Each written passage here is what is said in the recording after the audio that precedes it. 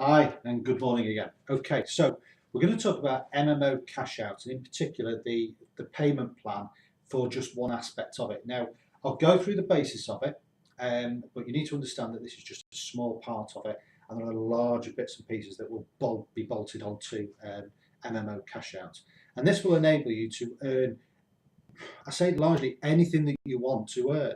If you want to earn just enough to buy your next game or your next Xbox or whatever, then you can do that. If you want something that's going to give you enough money to perhaps give up your full-time job and do even more gaming, then perhaps this will be a result for you as well. And then perhaps there's those of you who just want to do lots and lots of different things, and it has the potential to give you an awful lot of money to be able to do lots and lots of things and build that, I don't know, that dream gaming room or that man's cave or whatever you want to call it. And this is an opportunity for you to actually do it and also continue playing games and interacting with your friends, your clan, whatever you want to call them, in the same process. So it's really straightforward, but I'm going to do, I do apologise in advance, I'm going to do some drawings and my drawings are rubbish. So I'll need to explain what they are as I draw them. So initially, what we're going to talk about is when you come into MMOCashOut, you can come in at 3 levels, and those levels are as a peasant, as a squire, or as a royal. And depending on which level you're on, obviously it depends on how much you're going to potentially earn through MMOCashOut. And essentially, when you come in, you're going to be buying or have a village. And then when you have a village, if you introduce other people, and I know that that you guys are really good at, if you like something, you share it really freely, whether it be through a blog, through YouTube, through a headset, through a game, even on the in the street or out and about, you share things with people. So if you were to share this with a few people, then the potential for you to earn even more and more and more just gets, well, ridiculous.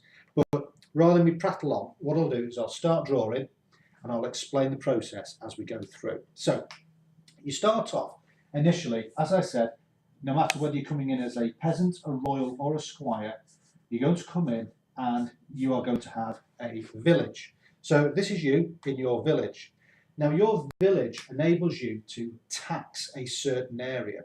Now at the moment, because it's just you, there is nobody that you are able to tax. And when I talk about taxing, that is the point that you actually start making some money. So you refer it to, you talk to, you speak to 2 people, and they say, yeah, I like the sound of this, and they get involved with MMOCashOut. So, and again, here we go with the drawing. So we've got one here, and the second friend that you've got, you pop in there. So you now have the ability to start taxing other villages because you're starting to expand. Now, as that expands, that gives you, by introducing, speaking to 2 people, that enables you to be able to tax up to, oops, done it the wrong way, 64 villages. Okay, so hopefully you can see that. So just by bringing in 2 people, introducing them to MMOCashOut, that allows you to tax 64 villages. Well, what happens if you bring in a 3rd person into the village fold? Well, your guild now starts to grow, and as your guild grows, because you've now got 3 personal referred villages in your guild, you're now able to tax 1,024 villages. Now, just imagine that you're on a game at the moment. Now, it might be, I don't know, World of Warcraft, something like that. And you've got various, you might have 10 friends on there, you might have 100, you might have 300, you might have 1,000. I don't know. Well, perhaps 2 or 3 of those want to do something this, and they want to actually make some money whilst also gaming. Well, they're going to really enjoy this. They're going to tell other people. They're going to tell other people. And of course, your villages and your guild just grow and grow and grow. So as you can see, just by telling 3 people, you've now got the potential of taxing over 1,000 other people or villages. However, it doesn't stop there, because if you introduced a 4th person into your guild, your taxable area now, and I'll write this slowly, is now, and I'll write it with a proper pen, is 65,500, so slowly I'm getting it wrong, 536. So you can now tax 65,000 villages within your guild. And let's say you're getting really excited, word gets out, everybody's starting to make some good money, and it just starts to go crazy. And it can go crazy. So perhaps you bring in a 5th person, a 6th person, and a 7th person. And they all start their own little villages, their own guilds, they all get excited and start to create nice regular income or taxes from the MMOCashOut pay plan. That then gives you the ability to now tax, and again, I'll write this really slowly. It gives you the ability to now tax 2,097,153 villages. Okay, so that's the potential number of villages that you could tax. But what you're probably more interested in is, okay, 2 million villages sounds a lot, but what does that actually mean, as in, you know, taxes, money in my pocket? Well, as I said to you at the beginning, there are 3 levels. You have got a peasant,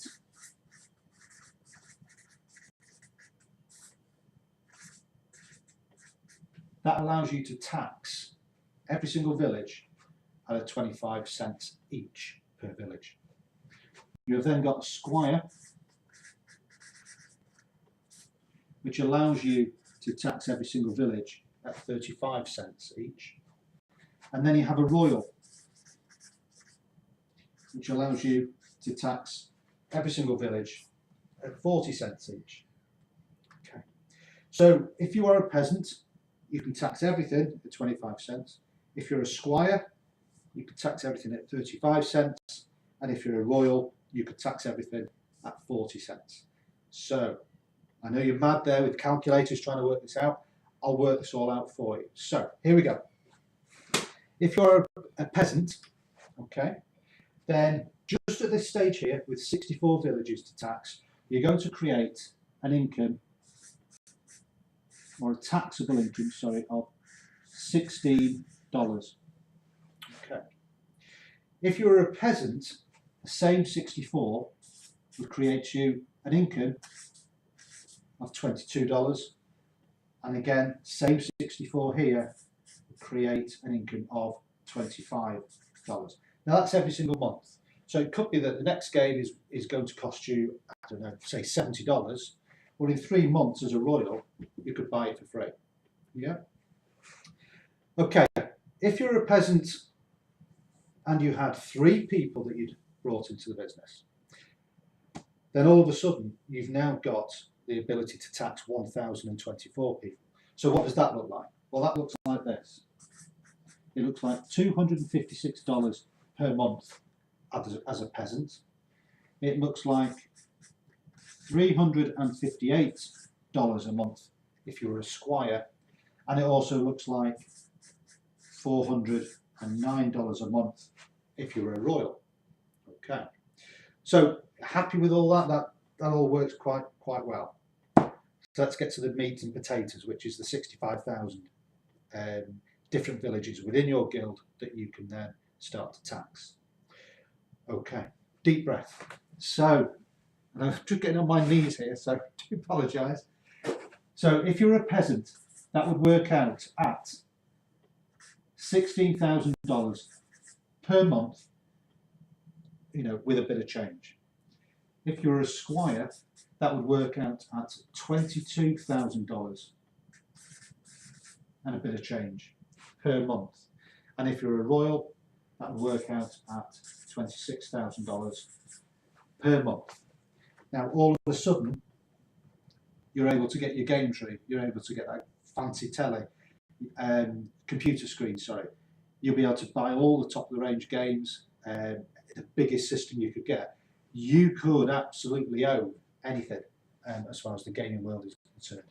And that is in just 1 month, bearing in mind that you've got another month coming in, another 4 weeks later, you might get another 16 grand as well.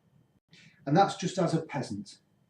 As a squire, you can see a big difference, and as a royal, you can see a big difference as well. So I'm now going to go through this one here, and I'm going to go through this one pretty slowly as well. So again, I'll get on my knees. So bearing in mind that you've only had to bring in or create 7 personal villages, they've all got busy, and over time, I'm not saying this is going to happen a week next Thursday, this could take 12 months, it could take 12 weeks, it could take 12 days, it could take 12 years. It really is entirely up to you, the people that you get involved, and how you develop and coach and work with them. So we're at a scenario now where you've brought 7 people into this business. You've got, they've all got busy, and you've now got 2 million villages that you can now tax within your guild. Now that taxing produces this sort of an income. And bearing in mind that this isn't just a one hit, this is an income that will grow to this level and then will continue, all things being equal, then continue every single month. So you're not going to go nothing then bang. You're going to have these incremental growth rates over the months and over the years, if you like, until you get to this level, and then it will be every single month afterwards. So if you were a peasant and you had 2.1 million people in your guild, your taxable income would be $524,000 every single month. If you were a squire, your taxable income, if you like, would be $734,000 every single month. And then if you were a royal, it would be $838,000 every single month. Now, I don't know about you and your lifestyle. I only know about me and my lifestyle. And I know that this here, an extra $400 a month, that's an extra $100 a month, a week, is really going to make a difference to, I would suggest, most people's lives. The other figures, yeah, it's going to involve work, and it's going to involve effort and time and energy. Is it worth it? Hell yes. However, it's not just going to happen. It's something you're going to have to work and put some effort into.